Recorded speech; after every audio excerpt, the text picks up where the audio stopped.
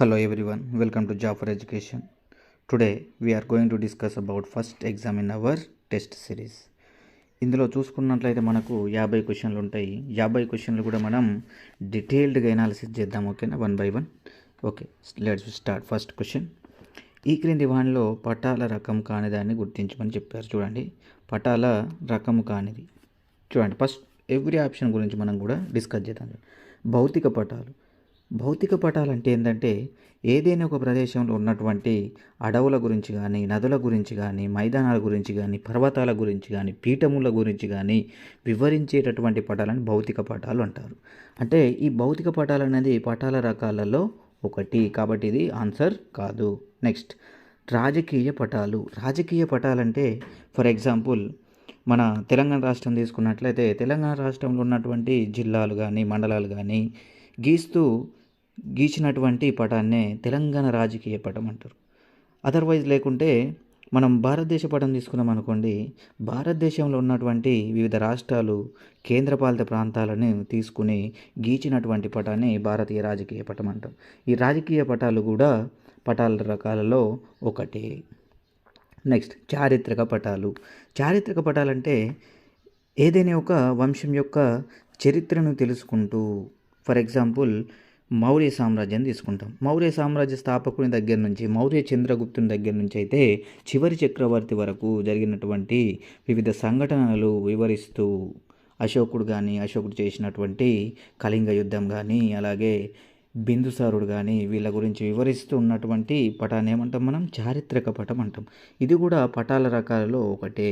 కాబట్టి ఈ మూడు కూడా పటాల రకాలలోని భాగాలే. కానీ మనం సాంస్కృతిక పటాన్ని తీసుకుంటే ఒక ప్రదేశం యొక్క సంస్కృతి సాంప్రదాయాన్ని తెలియజేస్తున్నటువంటి పటం సాంస్కృతిక పటం అంటాం. కానీ ఈ సాంస్కృతిక పటం అనేది పటాల రకం అనేది కాదు. ఓకేనా? ఈ విధంగా ప్రతి క్వశ్చన్ని మనం డిస్కస్ చేస్తూ, ఎనాలిసిస్ చేస్తూ నేర్చుకుంటే మనకు చాలా బాగా ఉపయోగపడుతుంది. ఓకేనా? నెక్స్ట్ క్వశ్చన్ వెళ్దామా? రైట్, చూడండి, రెండవ క్వశ్చన్కి వస్తే మానచిత్రాలను గీచేటప్పుడు సాధారణంగా పటం కింది భాగంలో సూచించు దిశ. చూడండి, మానచిత్రాలను గీసేటప్పుడు ఫర్ ఎగ్జాంపుల్ మనం సౌత్ ఇండియా తీసుకున్నాం అనుకోండి. This is our south India. ఈ సౌత్ ఇండియాలో చూడండి, ఎప్పుడైనా కూడా ఈ పటాలలో పై భాగాన ఉత్తర దిశ తీసుకుంటాం. ఏం తీసుకుంటాం? ఉత్తర దిశ. అలాగే కింది భాగంలో మనం ఎప్పుడు కూడా దక్షిణ దిశ తీసుకుంటాం. దీనికి కుడివైపున మనం తూర్పు దిశని తీసుకోవడం జరుగుతుంది. అదే దీనికి ఎడమ వైపున మనం పడమర దిశని మనం తీసుకోవడం జరుగుతుంది. ఈ విధంగా మానచిత్రాలలో దిశలను మనం గుర్తించడం జరుగుతుంది. ఇది కంపల్సరిగా ప్రతి డిఎస్సి ఆస్పిరెంట్ కూడా కంపల్సరిగా మంచిగా గుర్తుపెట్టుకోవాలి. అలాగే వీటి యొక్క ఉపదిశలను కూడా మంచిగా గుర్తుపెట్టుకోవాలి. ఇవి కంపల్సరీ ఎక్సర్సైజ్ చేసుకొని ఇవి మంచిగా గుర్తుపెట్టుకోండి. ఓకేనా?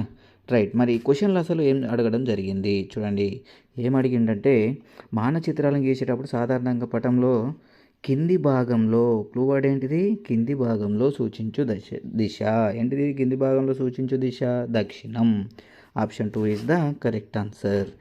మనం ఇప్పుడు నెక్స్ట్ క్వశ్చన్కి వెళ్తే చూడండి, రఘు డిఎస్సి పరీక్ష రాయడానికి హైదరాబాద్కి వెళ్తున్నాడు. ఓకేనా? మీరు కూడా ఫ్యూచర్లో వెళ్ళాలని మనసా వాచా కర్మన మేము కోరుకుంటున్నాం. ఓకేనా? రఘు ప్రస్తుతం వరంగల్ నగరంలో ఉన్నాడు. ఎక్కడున్నాడట? వరంగల్ నగరంలో ఉన్నాడు. అతను హైదరాబాద్కు చేరుకోవాలంటే ఏ దిశగా ప్రయాణం చేయాలి? చూడండి, ఫర్ ఎగ్జాంపుల్ తెలంగాణకు సంబంధించినటువంటి మ్యాప్ మనం తీసుకుంటే చూడండి, ఇగో ఇక్కడ ఏముంటుంది?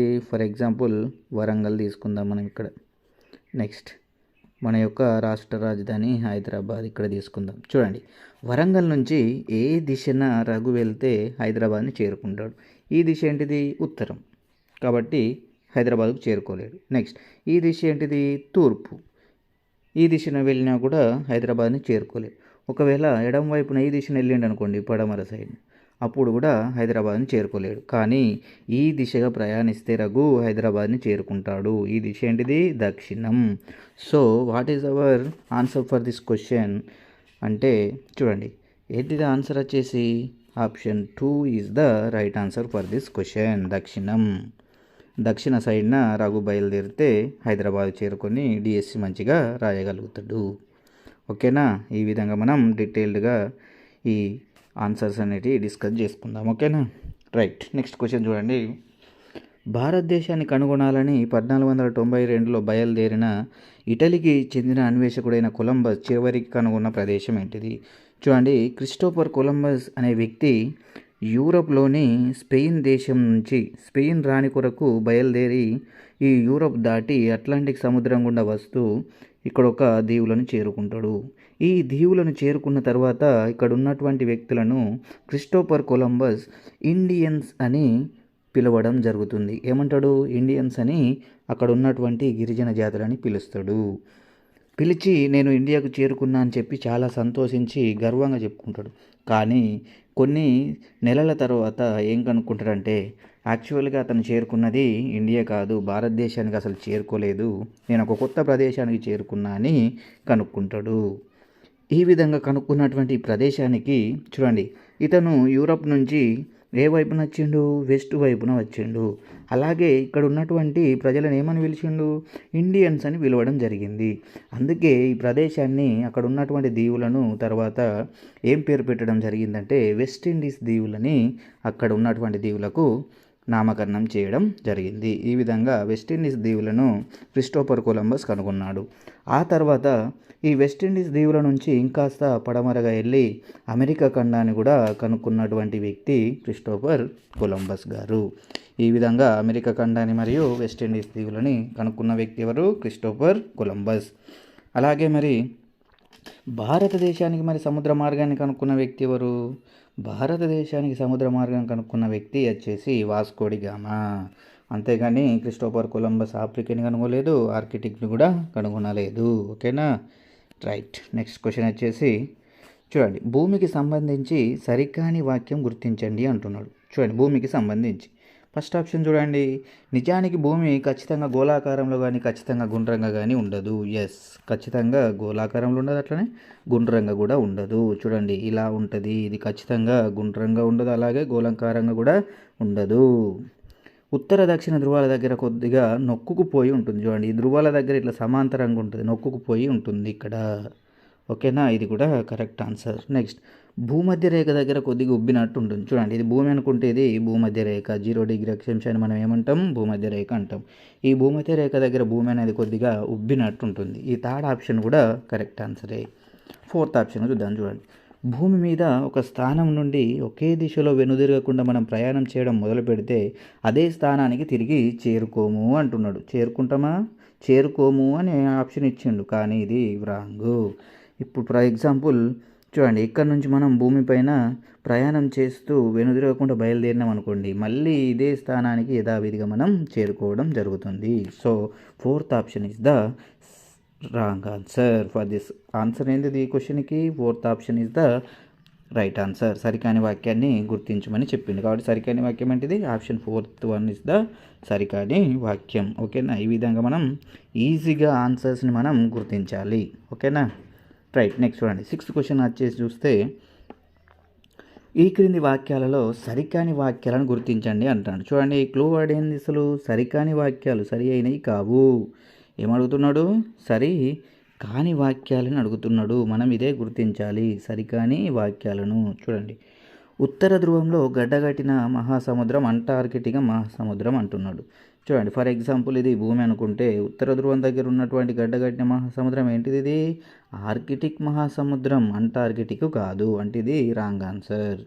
నెక్స్ట్ సెకండ్ క్వశ్చన్ చూడండి, దక్షిణ ధ్రువంలో విపరీతంగా కురిసిన మంచుతో ఉన్నటువంటి ఖండం ఆర్కిటిక్ అంటున్నాడు. చూడండి, దక్షిణ ధ్రువంలో ఉన్నటువంటి ఈ ఖండాన్ని ఏమంటాం మనం? అంటార్కిటికా ఖండం అంటాం, అంతేగాని ఇది ఆర్కిటిక్ కాదు. ఆర్కిటిక్ అనేది అసలు ఖండమే కాదు, ఇది మహాసముద్రం. చూడండి, ఇది కూడా ఏమవుతుంది? Wrong answer. కాబట్టి both are incorrect options for this question. So what is he was asking in the question? సరికాని వాక్యాలను గుర్తించండి అంటాను. ఒకటి మాత్రమేనా? నో, ఇది రాంగ్. 2 మాత్రమేనా? ఇది కూడా కాదు. 1 and 2 both are incorrect. So answer ఏమవుతుంది? 1 and 2. చూడండి ఆప్షన్ 4 కూడా ఒకసారి చూడాలి మీరు. 192 కావు అంటాడు. ఏం కావంటాడు? సరికాని వాక్యాలను అడిగితే 192 కూడా సరికావు, సరికానాటికి కావు అంటున్నాడు. కాబట్టి ఏంది ఇవి? సరి అయిన ఆప్షన్స్ అయితే ఇవి రెండు కూడా. అంటే ఈ ఆప్షన్ కూడా రాంగ్ ఆప్షన్. ఇలా కొంచెం లాజికల్గా ఆలోచించాలి. లేకుంటే కొందరు ఆప్షన్ 4 కూడా పెడతారు. పెట్టి చేజెత్తులారా వాళ్ళ యొక్క మార్కులని కోల్పోవడం జరుగుతుంది. ఓకేనా? వాడు సరికానియే అన్నాడు, సరికాని వానికి ఇంకా కావు అని అడగలేదు. ఓకేనా? Both 1 and 2 is the correct answer. Incorrect answers. So option 3 is the right answer for this question. Right. Next క్వశ్చన్కి వెళ్తే మనం చూడండి, క్రింది వాక్యాలు పరిశీలించండి అంటున్నాడు. చూడండి, ఒకటో ఆప్షన్ ఏంటిది? భూమి తన అక్షం మీద తాను తూర్పు నుండి పడమరకు భ్రమణం చేస్తుంది. చూడండి, ఇది భూమి అనుకుంటే తూర్పు నుండి పడమరకు భ్రమణం చేస్తుందా? ఇది ఈస్టు, ఇది వెస్ట్. అయితే భూమి ఎలా తిరుగుతుంది? పడమర నుంచి తూర్పుకు తిరుగుతుంది. అందుకే మనకు తూర్పు వైపున సూర్యుడు అనేది ఉదయించడం జరుగుతుంది. కాబట్టి first option is the wrong option. Next చూడండి, సెకండ్ ఆప్షన్ చూడండి. భూమి తన చుట్టూ తాను తిరగడాన్ని భూ పరిభ్రమణం అంటున్నారు. చూడండి, భూమి తన చుట్టూ తాను తిరగడానికి భూ పరిభ్రమణం అంటామా? భూ భ్రమణం అంటాం. జస్ట్ భూ పరిభ్రమణం కాదు. ఇది కూడా రాంగ్ ఆన్సర్. భూ పరిభ్రమణం అంటే ఏంది? భూమి తన చుట్టూ తాను తిరుగుతూ సూర్యుని చుట్టూ కూడా తిరగడాన్ని ఏమంటారు? భూ పరిభ్రమణం అంటారు. కానీ ఇక్కడ ఇచ్చిన ఆప్షన్లు, రెండు ఆప్షన్లు కూడా తప్పుగా ఇవ్వడం జరిగింది. అసలు ఈ క్వశ్చన్లో ఏం అడగడం జరిగింది మనల్ని? క్రింది రెండు ఇచ్చిండు. చూడండి, ఒకటి మాత్రమే సరైనది, రెండు మాత్రమే సరైనది, ఒకటి మాత్రమే సరైనదా? కాదు. రెండు మాత్రమే సరైనదా? కాదు.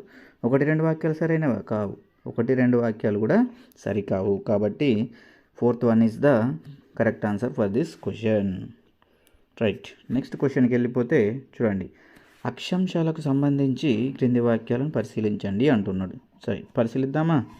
రైట్. చూడండి, భూమికి అడ్డంగా పడమర నుంచి తూర్పు గీసిన ఊహారేఖలు అక్షాంశాలు. Yes, correct answer. భూమికి అడ్డంగా గీసినటువంటి ఊహారేఖలు ఏంటి? అక్షాంశాలు.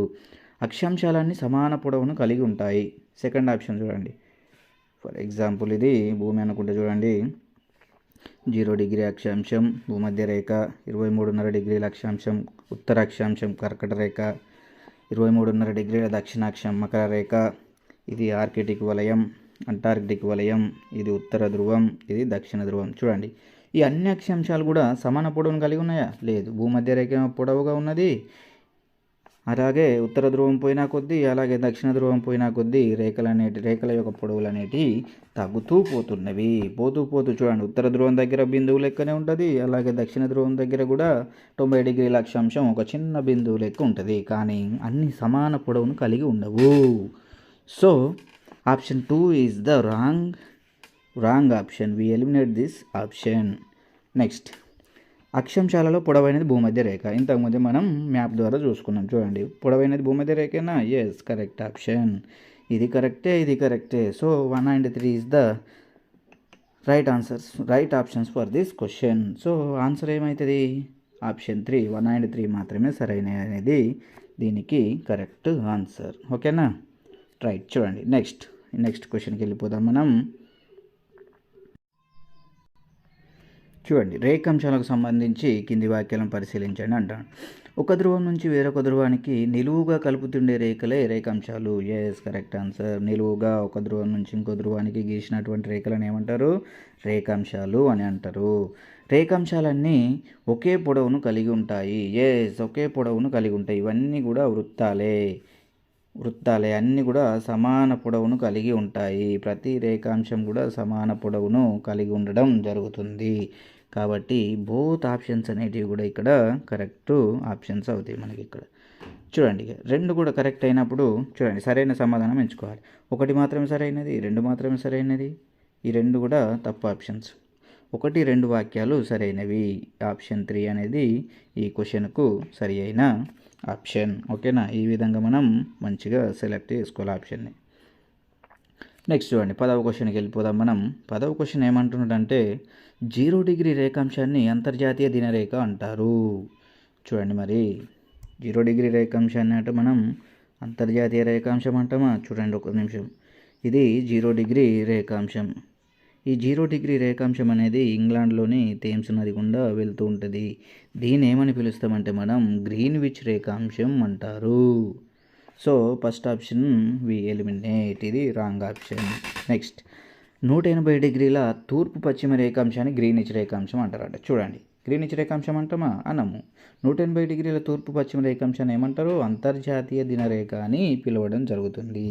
కాబట్టి both options are incorrect. So మరి రైట్ ఆన్సర్ దీనికి ఏమవుతుంది చూడండి, 1, 2 వాక్యాలు కూడా సరికావు. కాబట్టి option 4 is the correct answer for this question.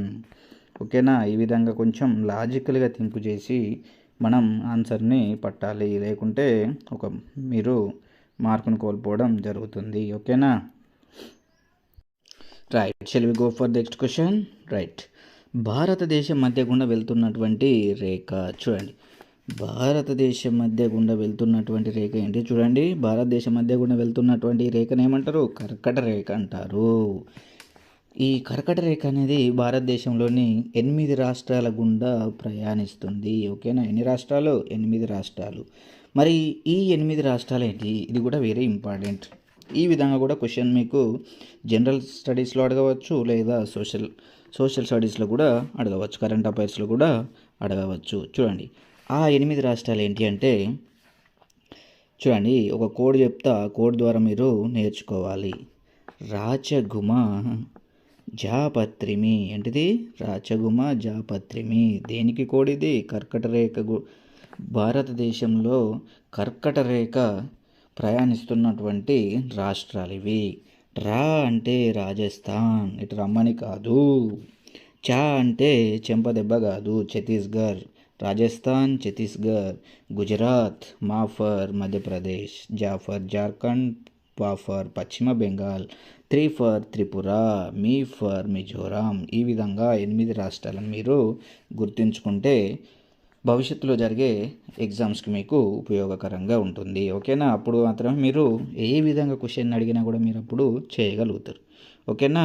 Right, what is the correct answer for this question? 11th క్వశ్చన్కి ఆన్సర్ కర్కట రేఖ. ఓకేనా? నెక్స్ట్, భారతదేశం ఏ 2 అర్ధగోళాల్లో విస్తరించి ఉన్నది? ఓకేనా? చూద్దామా? చూడండి, భారతదేశం ఫర్ ఎగ్జాంపుల్ ఇది మనం భూగోళం అనుకుందాం. చూడండి, ఇది భూమధ్య రేఖ. భూమధ్య రేఖ అనేది భూమిని 2 అర్ధగోళాలుగా విభజించింది. ఈ అర్ధగోళాన్ని ఏమంటారు? ఉత్తర అర్ధగోళం అంటారు. ఇదేమంటారు మరి? దక్షిణ అర్ధగోళం అని అనడం జరుగుతుంది. సో మన భారతదేశం మరి ఈ అర్ధగోళాలలో ఎక్కడ చూడండి, మన ఆసియా ఖండం అనేది ఉత్తర అర్ధగోళంలో ఉంది. ఈ ఆసియాలో చూడండి, భారతదేశం అనేది ఇక్కడ ఉండడం జరుగుతుంది. అంటే భారతదేశం ఉత్తరార్ధగోళంలో ఉన్నదా, దక్షిణార్ధగోళంలో ఉన్నదా? ఉత్తరార్ధగోళంలో ఉంది. Right, half of the answer అనేది మీకు ఇప్పుడు కంప్లీట్ అవ్వడం జరిగింది. నెక్స్ట్ చూడండి, ఇప్పుడు మరి ఇదే భూగోళం గుండా రేఖాంశాన్ని తీసుకుంటే చూడండి, ఇది 0 డిగ్రీ రేఖాంశం అనుకుంటే, ఈ 0 డిగ్రీ రేఖాంశం అనేది భూగోళాన్ని 2 సమాన అర్ధగోళాలుగా విభజిస్తుంది. ఈ గ్రీనిచ్ రేఖాంశానికి తూర్పు వైపునున్నది తూర్పార్ధగోళం, అట్లనే పశ్చిమ వైపునున్నది పశ్చిమార్ధగోళం అని పిలవడం జరుగుతుంది. మరి ఇలా విభజించినటువంటి ఈ అర్ధగోళాలు మరి భారతదేశం ఎక్కడున్నది? మన భారతదేశం అనేది తూర్పార్ధగోళంలో ఉండడం జరిగింది. ఓకేనా? ఈ విధంగా ఆన్సర్ని మంచిగా డీటెయిల్డ్గా మీరు పసిగట్టాలి. సో మనకు ఆన్సర్ ఏమైతే చూడండి, భారతదేశం ఏ 2 అర్ధగోళాలలో విస్తరించి ఉన్నది? ఏంటిది? ఉత్తరార్ధగోళం మరియు తూర్పార్ధగోళం. ఉత్తరార్ధ పశ్చిమార్ధ కాదు, దక్షిణార్ధం తూర్పార్ధగోళం కూడా కాదు, ఈ 4th ఆప్షన్ కూడా కాదు. So what is the correct option for this question? Option 1 is the correct answer for this question. ఓకేనా? నెక్స్ట్ క్వశ్చన్కి వెళ్ళిపోదామా? రైట్, చూడండి, నెక్స్ట్, ఈ క్రింది ఇవ్వబడిన వాటిలో ద్వితీయ శ్రేణి భూస్వరూపాలు. What is the keyword? ద్వితీయ శ్రేణి భూస్వరూపాలు. ఓకేనా? రైట్, ఈ క్వశ్చన్ని మీరు ఎలిమినేషన్ ప్రాసెస్లో అయితే చాలా త్వరగా చేయగలుగుతారు. చూడండి, ద్వితీయ శ్రేణి అన్నాడు. మరి ప్రాథమిక శ్రేణి, మొదటి శ్రేణి భూస్వరూపాలు ఏంటి చెప్పండి? మొదటి శ్రేణి భూస్వరూపాలని వేటిని అంటాం మనం? మహాసముద్రాలు మరియు ఖండాలని మనం ప్రాథమిక శ్రేణి భూస్వరూపాలు అంటారు. చూడండి, ఎక్కడున్న వీటిని మనం ఎలిమినేట్ చేయాలి. మహాసముద్రాలు మరియు ఖండాలు ఈ ప్రాథమిక శ్రేణి, అడిగే ద్వితీయ శ్రేణి. కాబట్టి ఏ అండ్ డి ఎక్కడ ఉన్నా కూడా ఇవి D option wrong, D option, A option wrong. చూడండి ఈ ఆప్షన్ పోయింది, ఈ ఆప్షన్ పోయింది. మనకి ఇక మిగిలినవి 2 ఆప్షన్లు మాత్రమే. చూడండి మరి బీసీఎఫ్ ఇక్కడ ఉంది, బీసీఈ ఉన్నది. బీసీ కామన్గా ఉన్నాయి కాబట్టి విడిచిపెట్ట. ఇక్కడ చూడండి బీసీ కామన్గా ఉంది, ఇక్కడేమో ఈ ఉంది, ఇక్కడేమో ఎఫ్ ఉంది. చూడండి మరి ఎఫ్ చూద్దాం. ఎఫ్ ఏంటిది? జలపాతాలు. జలపాతం ఏంది? నీటి ద్వారా నీరు అనేది చేసేటటువంటి వివిధ ప్రక్రియల వలన జలపాతం ఏర్పడుతుంది. ఈ విధంగా నీరు, గాలి ఏర్పరిచే వివిధ ప్రక్రియల వలన ఏర్పడిన వాటిని ఏమంటారంటే తృతీయ శ్రేణి భూస్వరూపాలు అంటారు. అంటే జలపాతాలు ఏంటిది? తృతీయ శ్రేణి భూస్వరూపాలు. తృతీయ శ్రేణి భూస్వరూపాలకు ఉదాహరణలు చెప్పండి కొన్ని. యు ఆకారపు లోయ, వి ఆకారపు లోయ, గార్జెస్, క్యానియన్స్, ఇవన్నీ కూడా తృతీయ శ్రేణి భూస్వరూపాలు. ఓకేనా? So we eliminate F. ఓకేనా? ఎఫ్ని ఎలిమినేట్ చేస్తాం కాబట్టి ఇది కూడా రాంగే. మనకు మిగిలిన ఆప్షన్ ఏంటిది? Option 3. What is the correct answer for this question? Option 3 is the correct answer for this question. ఓకేనా? ఈ విధంగా మనం మంచిగా లాజికల్గా ఆలోచిస్తూ మంచిగా అండర్స్టాండింగ్గా ఆన్సర్లు అనేటివి చేయాలి. అప్పుడు మాత్రం మీరు కరెక్ట్ ఆన్సర్ని సాధించగలుగుతారు. ఓకేనా? నెక్స్ట్ క్వశ్చన్ చూద్దాం. చూడండి, తెలంగాణలోని కొండలు పర్వతాలకు సంబంధించి సరికాని జత. Clue word. Where is our clue word? సరికాని జత అంటున్నాడు. సరికానిది, సరైనది కాదు. చూడండి, ఆదిలాబాద్ నిర్మల్లో సాత్మల కొండలు అంట. Yes, correct answer. Adilabad Nirmal ఉండే కొండల్ని సాత్మల కొండలు అంటారు. వికారాబాద్లో ఉండే కొండలు అనంతగిరి కొండలు. ఎస్, అనంతగిరి కొండలే అంటారు. నెక్స్ట్, జగిత్యాలలో ఉండే కొండలు బాలాఘాట్ కొండలు అంటున్నారు. No, wrong answer. జగిత్యాలలో ఉన్నటువంటి కొండలను ఏమని పిలుస్తామంటే మనం రాఖీ కొండలు అంటాం. ఏమంటాం? రాఖీలు అందరు కట్టుకుంటారు కదా, ఆ విధంగా మీరు గుర్తుంచుకోవాలి. కొన్ని కొండ గుర్తులు పెట్టుకొని గుర్తుంచుకుంటే కొంచెం ఎక్కువ కాలం మీకు అది స్మృతిలో ఉంటుంది. ఓకేనా? జగిత్యాలలో ఉన్నటువంటి కొండలు రాఖీ కొండలు అంటే ఇది రాంగ్ ఆప్షన్. రాంగ్ ఆప్షన్ ఏంటి దీంట్లో? జగిత్యాలలో. మరి బాలాఘాట్ కొండలని ఎక్కడంటాం మనం? మహబూబ్ నగర్ మరియు నాగర్ కర్నూల్లో ఉన్నటువంటి కొండలను మనం బాలాఘాట్ కొండలు అంటారు. ఈ విధంగా ప్రతి ఆప్షన్ను కూడా మనం డీటెయిల్డ్గా ఎనాలసిస్ చేస్తూ ఈ ఆప్షన్ ఎందుకు సరైనది, ఈ ఆప్షన్ ఎందుకు సరికాదు అని చెప్పి మీరు ఎప్పుడైతే లాజికల్గా ఆలోచించడం మొదలు పెడతారో అప్పుడు మాత్రమే మీరు కంప్లీట్గా నాలెడ్జ్ అనేది గ్రాస్పింగ్ చేయడం అనేది ప్రారంభమవుతుంది. కాబట్టి ఈ విధంగా నాలెడ్జ్ అనేది మీరు అక్వైర్ చేయాలి. అప్పుడు మాత్రమే మీరు పరీక్షలలో మంచి మార్కులు పొందగలుగుతారు. ఓకేనా? మరి పెద్దపల్లి జయశంకర్ జిల్లాలో ఉన్నటువంటి కొండలను ఏమంటారు? కందికల కొండలు. ఇది కూడా కరెక్ట్ ఆన్సర్. 3 ఆప్షన్స్ అనేది కరెక్ట్. ఇది మాత్రమే రాంగ్ ఆన్సర్. సో 14కు ఆన్సర్ ఏంటిది? Option 3 is the right answer for this question. Next 15వ క్వశ్చన్కి వెళ్దాం. చూడండి, 15వ క్వశ్చన్ ఏమంటున్నాడు? భారతదేశంలో అతిపెద్ద పీఠభూమి అంటున్నాడు. సుందర్బన్స్ అనేది పీఠభూమే? కాదు, రాంగ్. చోటా నాగపూర్ అనేది అతిపెద్ద పీఠభూమి కాదు. ఇది మన దేశంలో ఎక్కడ ఉంటుందంటే చూడండి, ఉత్తరప్రదేశ్, మధ్యప్రదేశ్, జార్ఖండ్ ఈ ప్రాంతంలో ఉంటుంది చోటా నాగపూర్ పీఠభూమి. అలాగే మాల్వా పీఠభూమి గుజరాత్, రాజస్థాన్, పంజాబ్లలో ఉంటుంది, విస్తరించి ఉంటుంది. కానీ ఇది అతిపెద్ద పీఠభూమే? కాదు. మరి అతిపెద్ద పీఠభూమి ఏంటిది? దక్కన్ పీఠభూమి. వింధ్య సాత్పుర పర్వతాలకు దక్షిణంగా కన్యాకుమారి వరకు ఉన్నటువంటి పీఠభూమి ఏంటిది? దక్కన్ పీఠభూమి. ఈ విధంగా మీరు డీటెయిల్డ్గా అర్థవంతంగా ఆన్సర్లు అనేటివి నేర్చుకోవాలి. అప్పుడు మాత్రం మీరు మంచి స్కోరు చేయగలుగుతారు. ఓకేనా? నెక్స్ట్ క్వశ్చన్ చూడండి, భారతదేశంలో తూర్పు తీర రాష్ట్రాలు ఎన్ని? చూడండి, మన దేశంలో అసలు ఎన్ని రాష్ట్రాలలో తీర ప్రాంతం అనేది మనం కలిగి ఉన్నాం? చూడండి, 9 రాష్ట్రాలలో మనకు తీర ప్రాంతం అనేది ఉండడం జరిగింది. చూడండి, తూర్పు తీరంలో 4 రాష్ట్రాలలో తీర ప్రాంతం ఉన్నది. పశ్చిమ తీరంలో 5 రాష్ట్రాలలో తీర ప్రాంతం అనేది విస్తరించి ఉన్నది. ఓకేనా? మరి క్వశ్చన్లో ఏమడుగుతున్నాడు మీకు? తూర్పు తీర రాష్ట్రాలు ఎన్ని అంటున్నాడు. అంటే ఎన్ని రాష్ట్రాలు ఉన్నది? 4 రాష్ట్రాలు. So option 1 is the correct answer for this question. అట్లనే ఇవన్నీ కూడా డీటెయిల్గా నేర్చుకోవాలి. ఏ వైపున ఏ రాష్ట్రాలు ఉంటాయి చూడండి. పశ్చిమ బెంగాల్, ఒడిస్సా, ఆంధ్రప్రదేశ్, తమిళనాడు, ఓకేనా, కేరళ, కర్ణాటక, గోవా, మహారాష్ట్ర అండ్ గుజరాత్. ఈ విధంగా డీటెయిల్గా నేర్చుకోవాలి. కొన్ని సందర్భాల్లో దీన్ని ఎలా అడుగుతారంటే పశ్చిమ తీరంలో ఉన్నటువంటి రాష్ట్రాలని పైనుంచి ఉత్తరం నుంచి దక్షిణానికి క్రమంగా మార్చండి అంటాడు. అప్పుడు ఏం చేయాలి మీరు?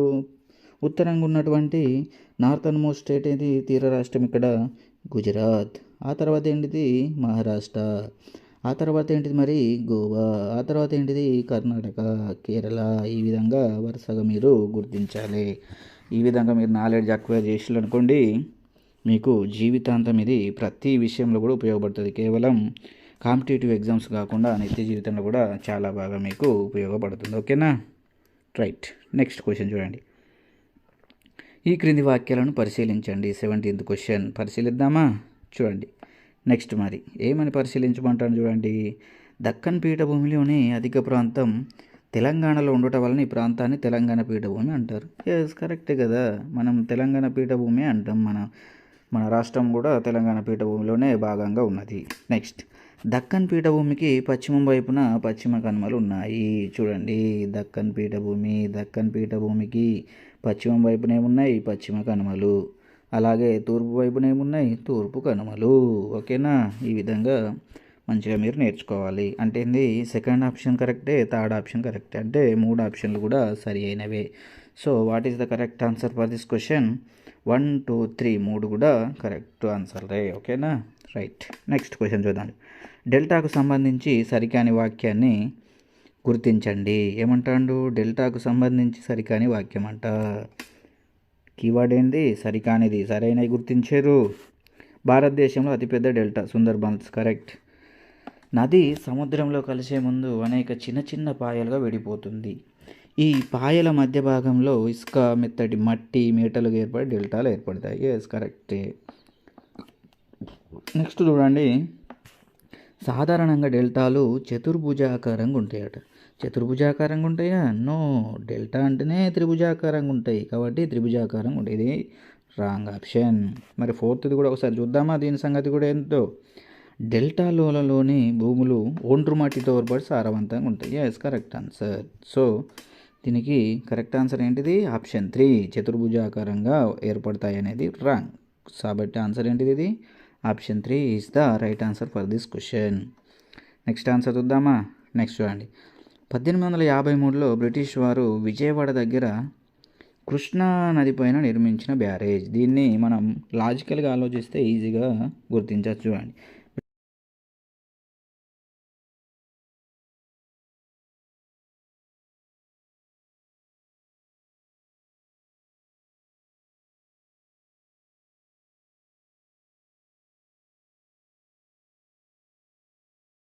స్వాతంత్రం వచ్చినాక మనం నిర్మించుకున్నటువంటి, కాబట్టి ఇవి రెండు కూడా మనం ఈజీగా ఎలిమినేట్ చేయవచ్చు. నెక్స్ట్ ఈ రెండింటికి వద్దాం. మరి చూడండి, ఇప్పుడు కృష్ణా నది పైన అంటున్నాడు. ధవళేశ్వరం ఆనకట్ట ఎక్కడ